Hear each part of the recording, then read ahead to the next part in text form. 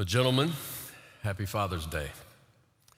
And to all of you, thank you for joining with us today. The story was reported of two men who wanted to go duck hunting.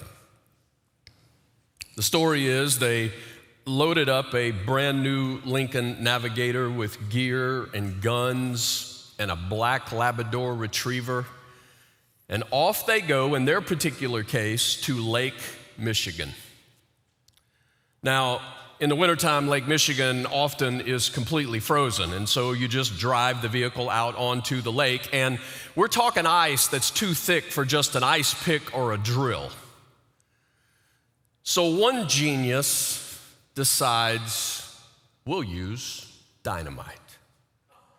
Because you got to get a big enough hole for the water to hold the decoys and actually for ducks to land. But he's thinking through this, right? A 40-second fuse. That's what we need, a 40-second fuse. And he knows you don't light the dynamite and run because you run the risk of slipping, falling. You may not be able to get away. The best strategy is you light the dynamite and throw it. So that's exactly what he does. But I remind you that there was something else along for this journey, a Labrador Retriever.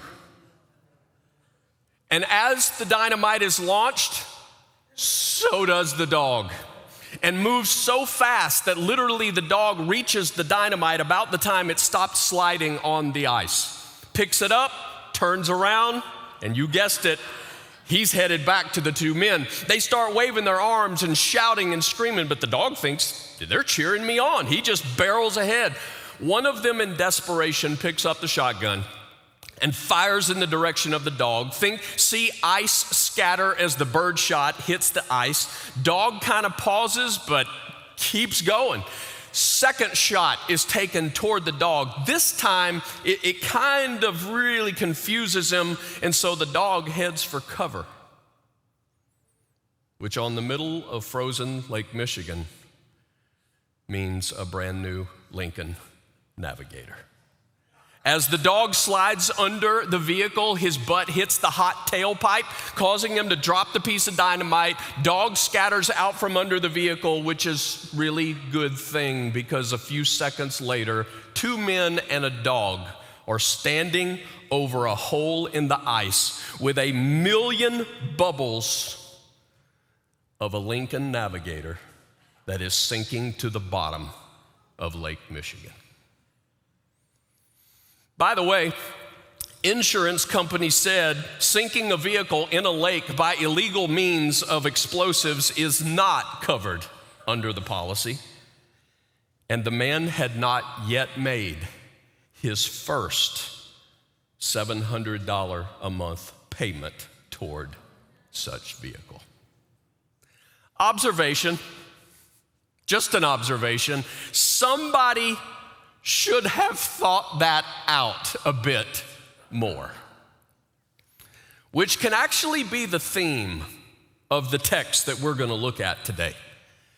It's not a text about dynamite, it's actually a text about something more powerful than that,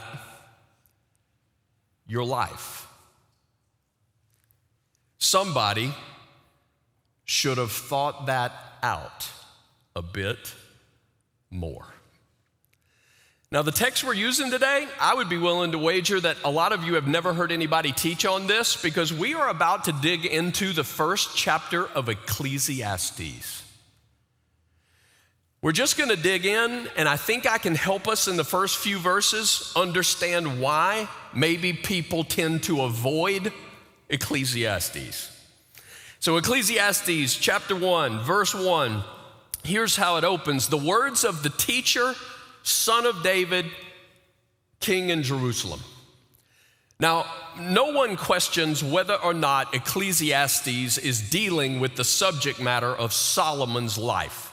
Solomon would be David's son, a king, right? And so the question is, does Solomon write this or does some narrator write this about Solomon's life, or is it a combo? And I think it could be a combo. The point is, the word here, teacher, this is not a preacher, which is often the case when you open a book of the Bible. You've got a prophet or a preacher who is giving some answers. The word here is not even actually the word as we would describe it, teacher. In the Hebrew language, you could think of a professor. That's the way I would describe it. And in this particular case, a philosophy professor. This is kind of like a Socratic discussion. What he's going to do is he's going to push you towards some questions that hopefully will push you towards some answers. You could kind of think of Ecclesiastes as being the discussion question section for the rest of the Bible. He's going to ask us questions that lead us to realize that maybe some of the ideas we hold, even subconsciously, are not as solid as we think. So here's what the professor says, verse 2.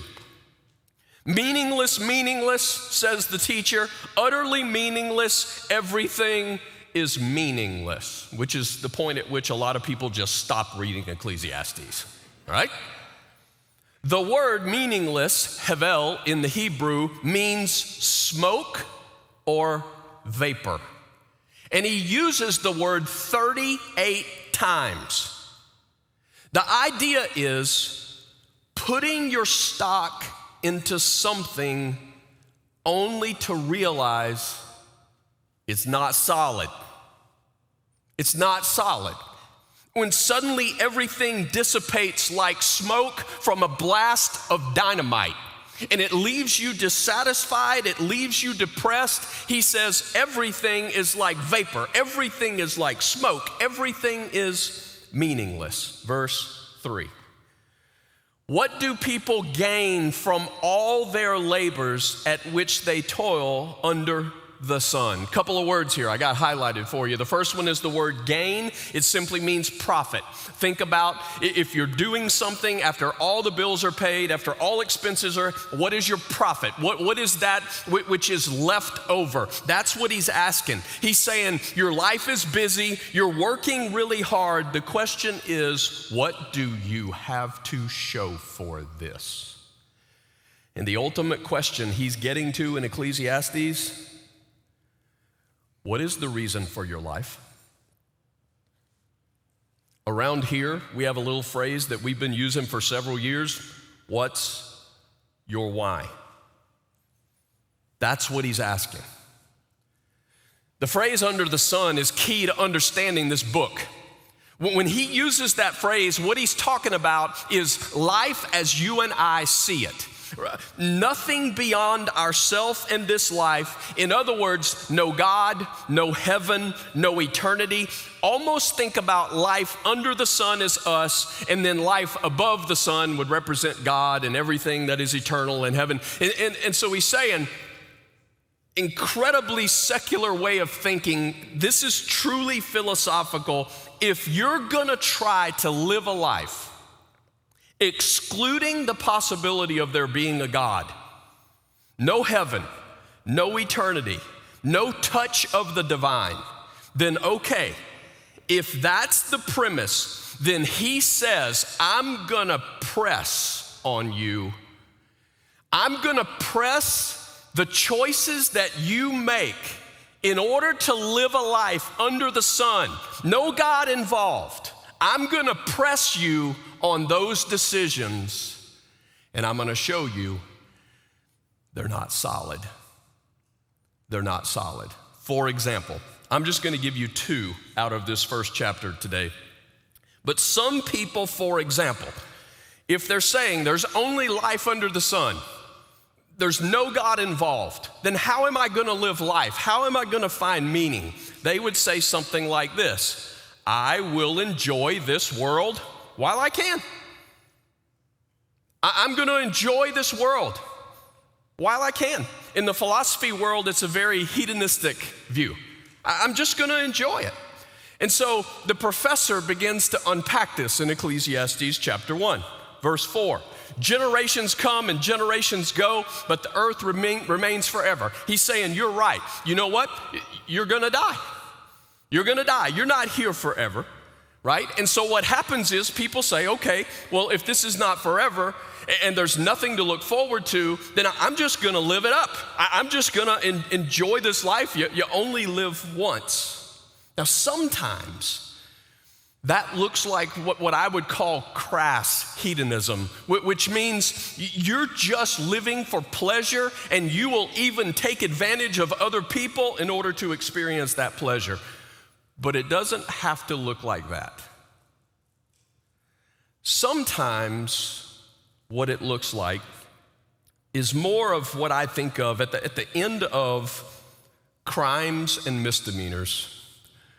Woody Allen says these words. He says, we're all faced throughout our lives with agonizing decisions, moral choices. Events unfold so unpredictably, so unfairly. Human happiness does not seem to be included in the design of creation. It is we who give meaning to the indifferent universe. He says, you gotta find joy in the simple things, like family, work, and from the hope that future generations might understand more. Okay, he's saying, come on, you need to find meaning in something as simple as writing a poem or enjoying creativity or playing with your child or going for a drive. He's saying you gotta look for meaning in those simple moments. Enjoy those simple moments. Don't ask the big picture of what this is all about. Just try to find the joy in those simple pleasures. And when you hear that, I mean, it sounds kind of noble, sounds kind of lovely, sounds kind of dignified, but the philosopher of Ecclesiastes will not let you stand there. Verse 8. All things, he says, are wearisome. More than one can say. The eye never has enough seeing, nor the ear its fill of hearing. We, instead of using eyes and ears language, we would say the heart. That's what we would use in our culture. We would say the heart is never satisfied. No matter how much you continue to experience, no matter how much you continue to see, no matter what you continue to hear, right? Even if you spend your whole life jumping from joy to joy to joy to joy, eventually the facade crumbles and you are left with this nagging gut feeling. This is all smoke. It's just empty. So he says, learn to enjoy it while you can. Sounds like a good phrase. The problem is you can't, because it will never, ever actually be enough. And we would say, well, maybe it's not enough yet because I haven't gotten enough yet. You know what I'm saying? Maybe if I could enjoy more of life, this would work. Thus, the professor, verse 12, he reminds you, I, the teacher, was king over Israel in Jerusalem. He's like, you do remember who I am. I'm the king. I'm the king, which means I have everything money can buy. I have seen all the things that are done under the sun. All of them are meaningless, a chasing after the wind. Solomon had all the food, all the drink, all the houses, all the buildings. I'm going to do this as much in code as possible today. All the lovers. I'm going to remind you that if you read some of the rest of Solomon's writings, he had 1,000 options every night.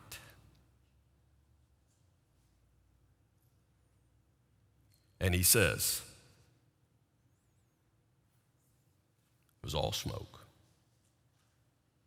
It was never enough.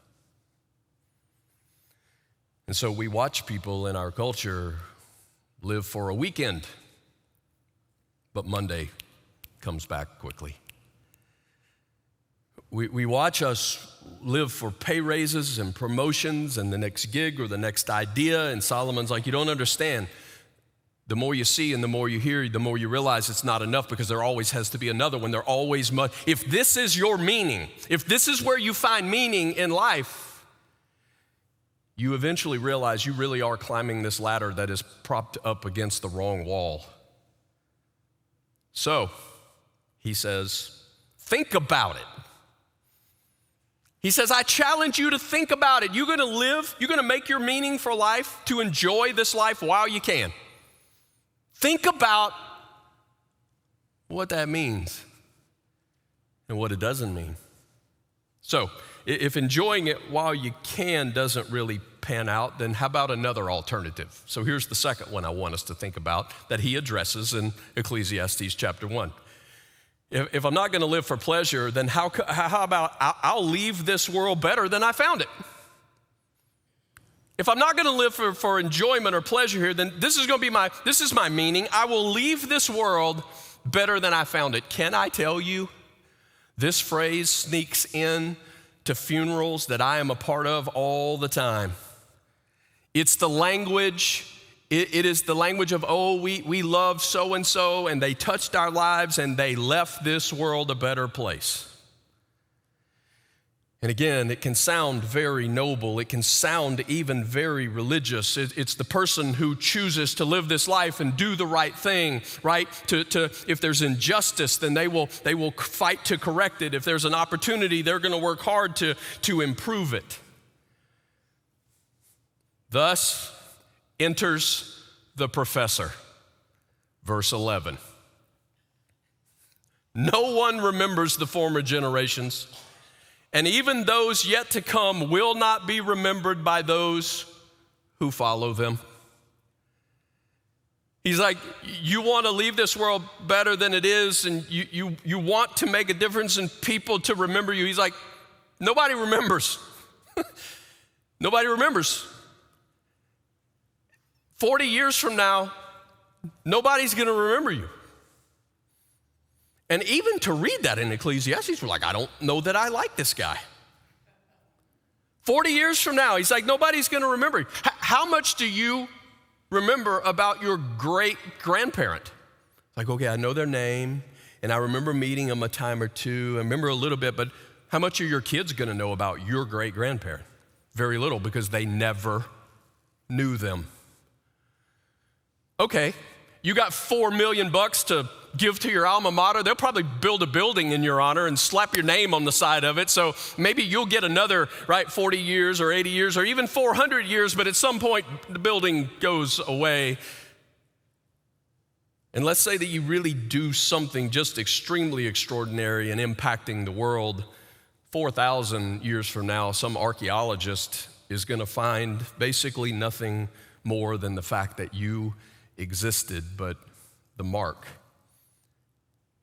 He's saying, if life under the sun is all there is, can we really find meaning in making a difference? And the professor of Ecclesiastes is saying, stop romanticizing this thing. We are a forgettable drop in an even more forgettable bucket. Now, there are some people who actually realize this.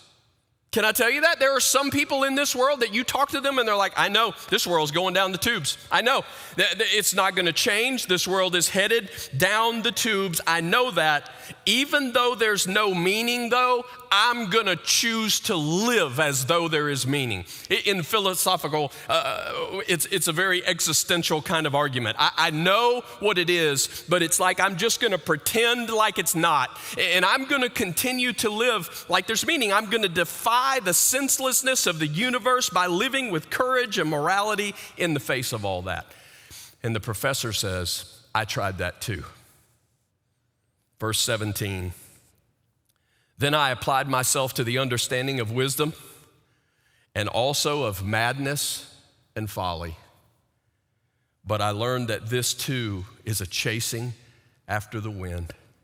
He's like, I tried to approach this with as much thought as I could to make a difference, but then he said, I also just it was almost as though he just rebelled against it all, and it's like, even though I know this is the case, he's like, but that didn't work either.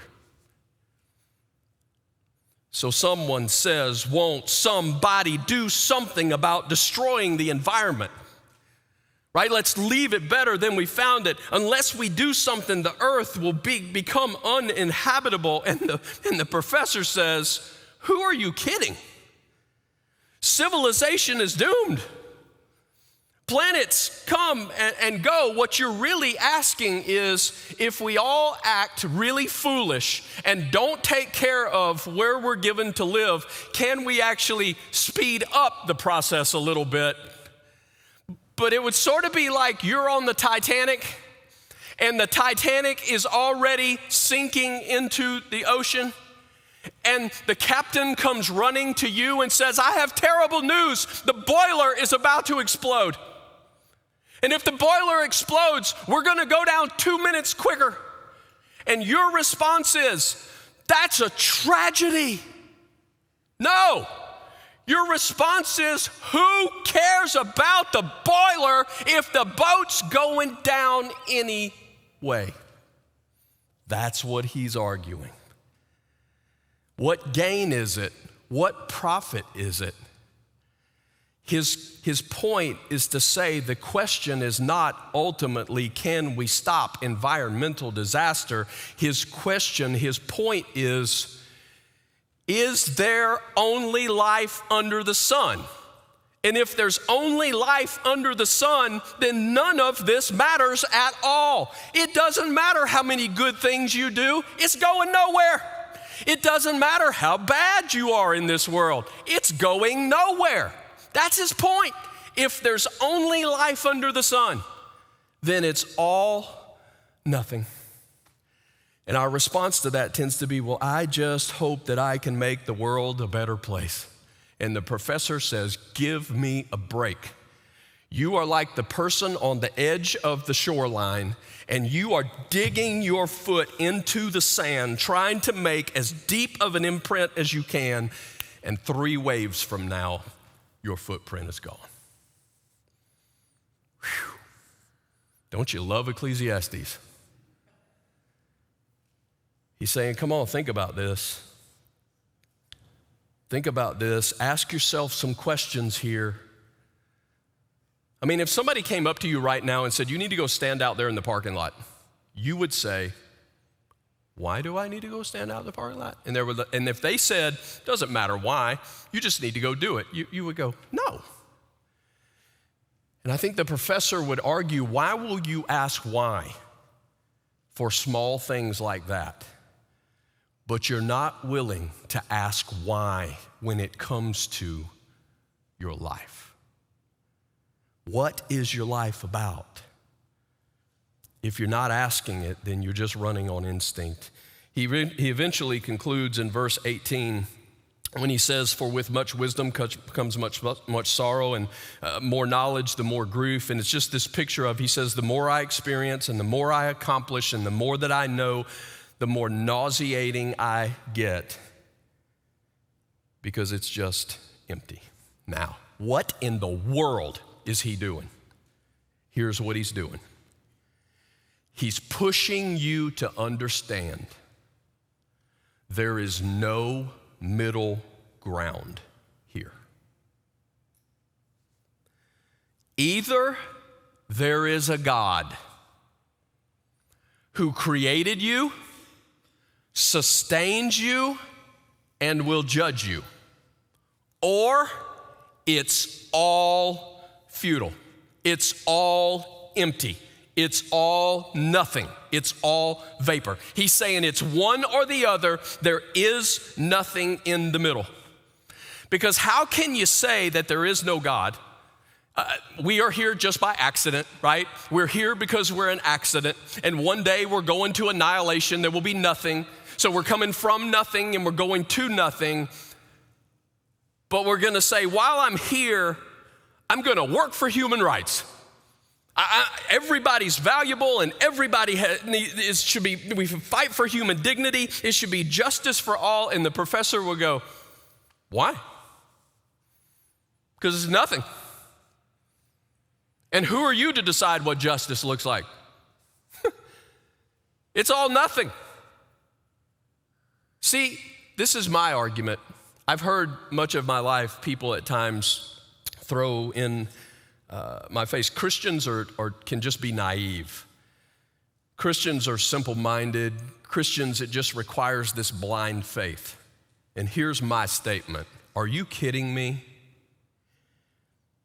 If you're going to tell me that your origin is insignificant, like you just got here by accident, and you're going to tell me that your destiny is insignificant, you're just going to annihilation, then come on. If your origin is insignificant and your destiny is insignificant, then at least have the guts to admit that your life is insignificant.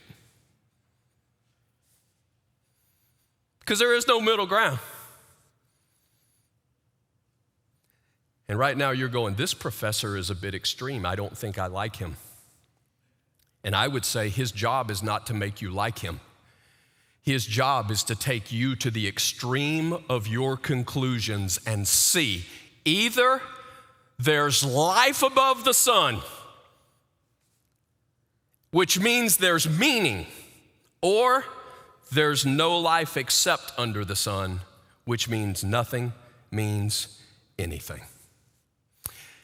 In Greek philosophy schools throughout the decades, they would argue, what's the meaning of life? What's the reason? What's the reason? What's this all about? And the word that they would use is the word logos. Logos, that's the Greek philosopher's term that means what's the reason? What's the logic? I put it this way. If I said to you something like, I need you to take a look at, I'm trying to make popcorn, but every time I make popcorn, it tends to either burn or it's soggy.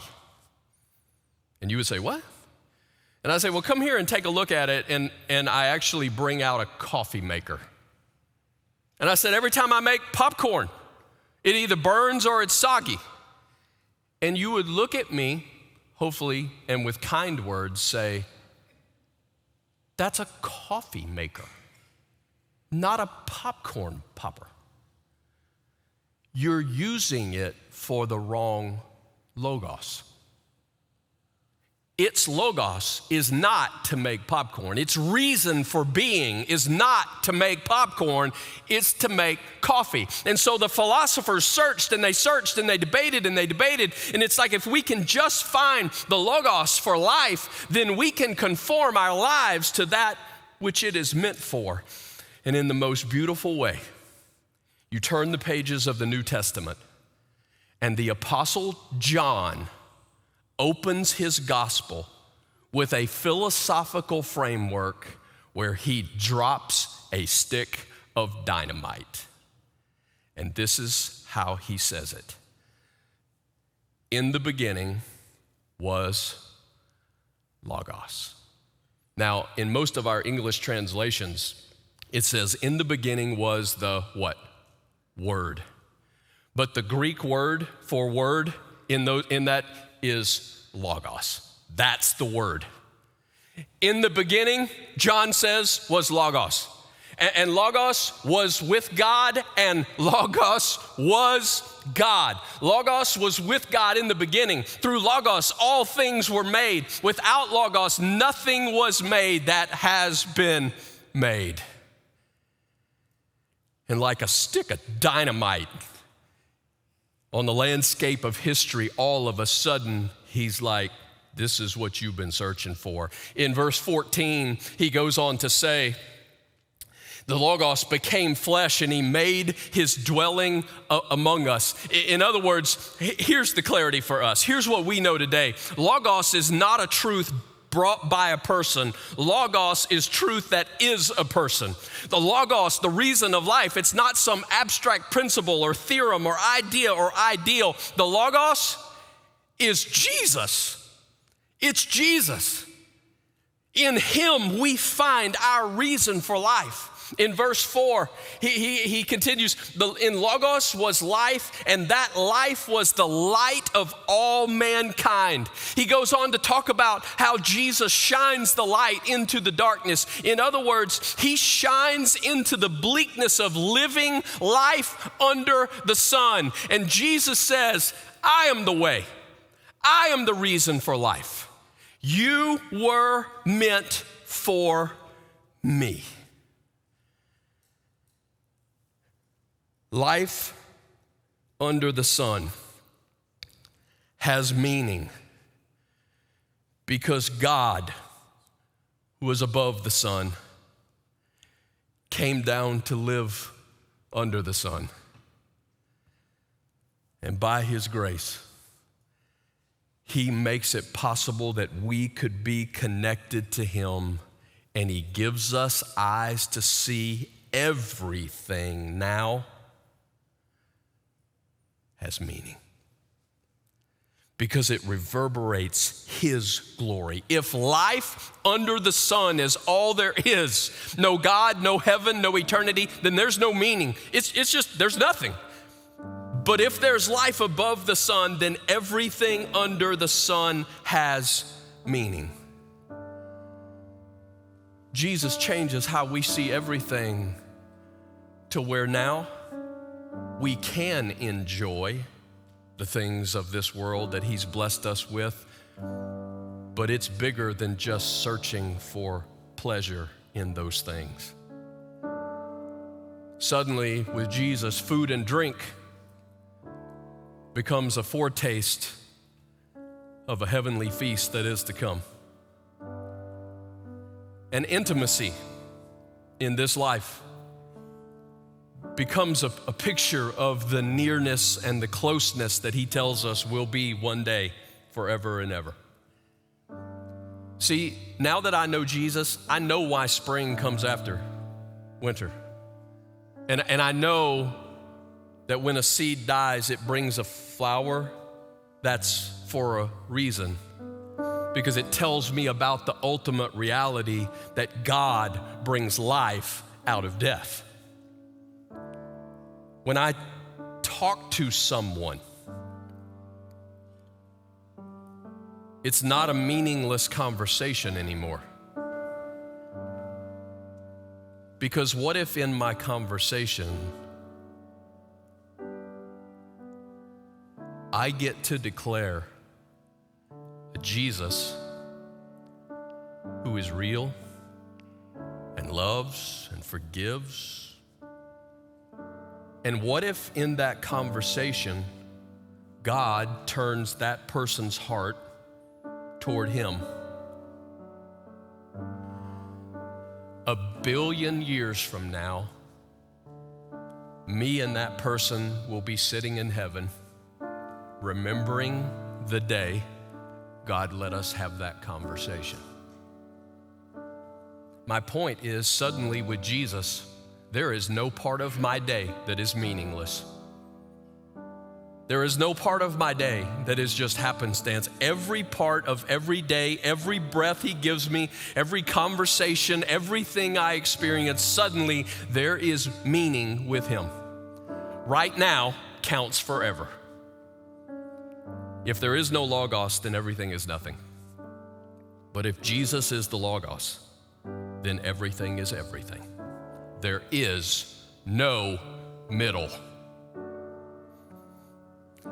Later in the book of Ecclesiastes, it reads like this: some days it's better to be at a funeral than a party, because this life is not all there is, and it's while you are alive that you can do something about that. Here's how I translate that verse for us today. Some days it's better to endure a sermon on Ecclesiastes than to be at a party. Because on this day, if God reminds you that this life is not all that there is, that there is life above the sun, a God who made you, a God who sustains you, and a God who one day judges all. today is when you can do something about that. God, I pray for those who today need to call to you. I pray for those who maybe for so much of their life have been searching, and God, at times been close to just giving up, and so the search for pleasure goes on, and the search for meaning goes on, and trying to make a difference goes on. I thank you, God, today that even though these words are harsh, God, it is exactly what we need to be reminded of, God, really pushed to face. God, I pray for those who today who need to call out to you, God, in faith, the God who came to die for our sin and rose from the dead. God, today would you give them courage to call to you. But God, I'm also praying for your kids today who, even though we claim that we have found our reason for living in you, there are some of us who are still searching for meaning. And it looks like we're still running after every pleasure that we can find. We're still clamoring for acceptance and acclamation and, God, achievement. God, I'm asking you to awaken your kids just as much today to the reality of the meaning that we find in you and you alone. God, will you give us wisdom to know what to do with the dynamite that you have given us this morning? In the name of Jesus, I pray it. Amen.